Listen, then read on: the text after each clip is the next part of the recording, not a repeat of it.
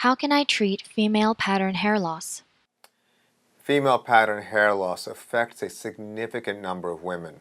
About 30% of women under the age of 50 suffer from genetic pattern hair loss, and that number increases to about 50% of women over the age of 50. Unfortunately, there are fewer options for hair loss treatment for women in comparison to men. The drug finasteride, for example, is commonly used for male pattern hair loss, but is generally not considered of significant value for female pattern hair loss. Another example is hair transplant. This surgery is routinely performed for male pattern hair loss, particularly frontal area recession. Hair transplants are generally not recommended for most women because the pattern of hair loss in women is typically more diffuse, meaning that the thinning hair follicles are very close together and there is no smooth area without hair. The problem is that the trauma of transplant surgery can result in collateral damage and loss of nearby hair follicles, which means the net benefit can be limited or the area can even look worse. In the recent past, the only established treatment for female pattern hair loss has been topically applied minoxidil. In my practice, we've made a significant impact on the treatment of female pattern hair loss using regenerative medicine technology, which I started working with in 2011 and will describe in more detail. I'm Dr. Amiya Prasad. I'm a board-certified cosmetic surgeon and fellowship-trained oculofacial plastic and reconstructive surgeon. I've been in practice in Manhattan and Long Island for over 20 years. I'm also the founder of TrichoStem Hair Regeneration Centers. This system was created based on the benefits observed on thinning hair with a material called acellular matrix and PRP, or platelet-rich plasma. I created TrichoStem Hair Regeneration as a system based on the experience and results from a wide range of men and women with a genetic pattern hair loss who've been coming to us from around the world since 2011. In our system, we customize treatment based on specific individual clinical hair loss profiles. While most hair loss treatments seem to focus around treating men, women have several situations which affect hair growth. Pregnancy, hormonal changes after childbirth, menopause, stress, and other factors can lead to hair loss in women. Some conditions are temporary with an expectation of full regrowth. Some experience hair loss from hairstyling practices. For example, having tight braids or tight ponytails, which results in permanent hair loss referred to as traction alopecia. Another example is the use of chemical hair straighteners, which penetrate the skin and damage both the skin and the hair follicles. Female pattern hair loss is the most common form of hair loss in women and is primarily due to genetics. The exact mechanism or processes which contribute to female pattern hair loss is not well established. There are opinions in the medical community about inflammation in the scalp and hormonal factors which lead to hair thinning in a typically diffuse pattern. Both male and female pattern hair loss can appear microscopically and is referred to as androgenetic alopecia. One treatment occasionally used for female pattern hair loss is the drug spironolactone. Spironolactone is prescribed to manage testosterone activity in women, which is suspected to cause scalp hair to thin. Spironolactone is often prescribed by dermatologists to block testosterone receptors based on the concept that binding of testosterone to hair follicles results in hair thinning. The feedback of many of my female patients who have been on the drug has been inconsistent. In my opinion, if testosterone was the primary cause of female pattern hair loss, the drug would be more consistently effective. Another popular treatment for women is topical minoxidil. Minoxidil was originally used to treat high blood pressure. A side effect of its use was observed to stimulate some hair growth. Minoxidil is available over the counter as a topical that is applied to the scalp daily. Custom formulations of minoxidil are available through some doctors, but it's difficult to verify that higher percentage solutions work better than standard formulations.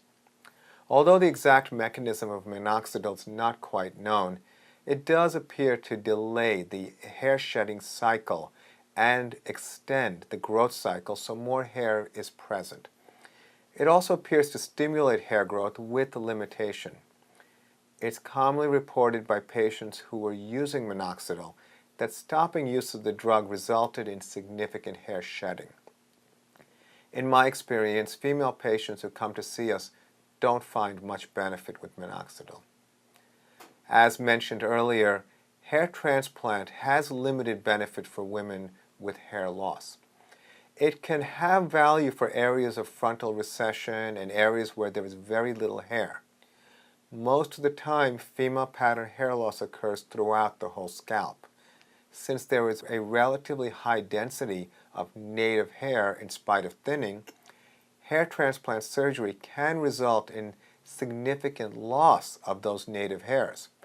The reason is that in order to place transplanted hair, small incisions need to be made. These incisions can damage local native hairs from direct trauma, vascular damage, and inflammation. Generally speaking, I don't recommend hair transplant for most of my patients with female pattern hair loss. After many years of skepticism, platelet-rich plasma injections, or PRP, is being recognized and promoted to treat hair loss in men and women. PRP has been shown in medical studies to stimulate hair growth. Having used PRP for much longer than most of my colleagues, I've observed that PRP alone stimulates short-term hair growth.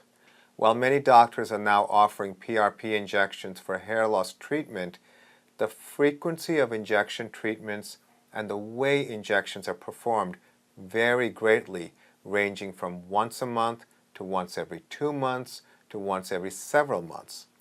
Further, I've observed that most doctors who perform PRP injections are new to hair loss treatment, and even those who claim to have the most experience with PRP for hair loss cannot provide specific data about expectations and duration of the treatment, so the injection treatments can go on indefinitely. Although I use PRP in my practice for skin quality improvement, for under-eye dark circles, wrinkles, acne scars, PRP alone ends up being another treatment with limited and less predictable results for the treatment of genetic pattern hair loss. Many patients who come to see us come after having had several PRP treatments done elsewhere and were frustrated with the lack of results and tired of repeat sessions that seem to have no end in sight. The treatment system we developed in our practice, called TrichoStem Hair Regeneration, evolved out of observations made on patients undergoing hair transplant. We used a material called acellular matrix, which is a wound healing technology we apply to improve the healing of the donor scar and the hair grafts. An interesting side effect we observed was that thinning hair became thicker. Based on this observation, I developed a system to dose the material, deliver it, and manage our patients over time. Having treated a wide range of patients with male and female pattern hair loss from as young as 16 years old to patients in their 80s who come to us from around the world, I can customize a treatment for every patient and have a high level of certainty about their prognosis. Based on our observation, the TrichoStem Hair Regeneration System stimulates the growth of hair that's not growing at the time due to prolonged resting stage of the hair growth cycle. It can thicken hair that is thinning and extend the longevity of the hair growth cycle. This results in improvement in scalp coverage for an estimated 99% or more of both male in female pattern hair loss patients. Hair regeneration does involve scalp injections similar to PRP injection.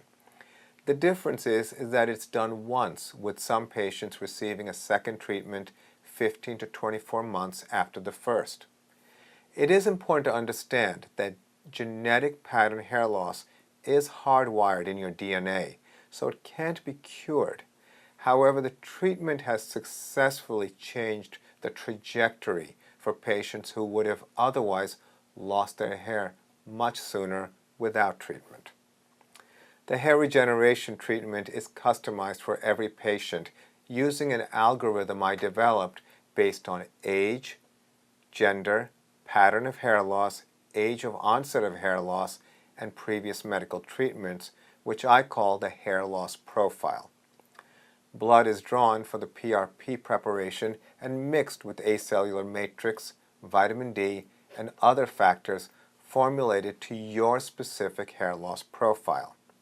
The scalp is prepared with topical and local anesthetic, and the hair regeneration treatment is delivered through injection. While the process takes about 1 to 2 hours from the start of the blood draw, PRP preparation and customized formulation, the actual injection treatment takes a few minutes. Afterwards, you may experience some mild tenderness in the scalp, but otherwise the post-treatment recovery is minimal. In fact, many patients from out of state and around the world will fly back home the same day that they had the treatment. I discussed the aftercare individually during your consultation. As far as work is concerned, most people go back to work the next day. We routinely see our patients every 3 to 6 months and take specific types of photos and make comparisons so you can see how you're doing. We've seen improvement as early as 1 month after treatment. However, the effect of the injection goes on for over 15 to 18 months afterwards. The duration of the effect on average is 3 to 5 years. More specific data is provided during consultation based on your hair loss profile. Considering that until we started developing TrichoStem Hair Regeneration around 2011, the options for female pattern hair loss was limited to Minoxidil and hair transplant for a limited group of women. I can say without reservation that the level of impact we've made on the management of female pattern hair loss has been significant, and that I and the staff in our office are proud every day to have made this difference. Hair loss is particularly challenging for women both personally and socially.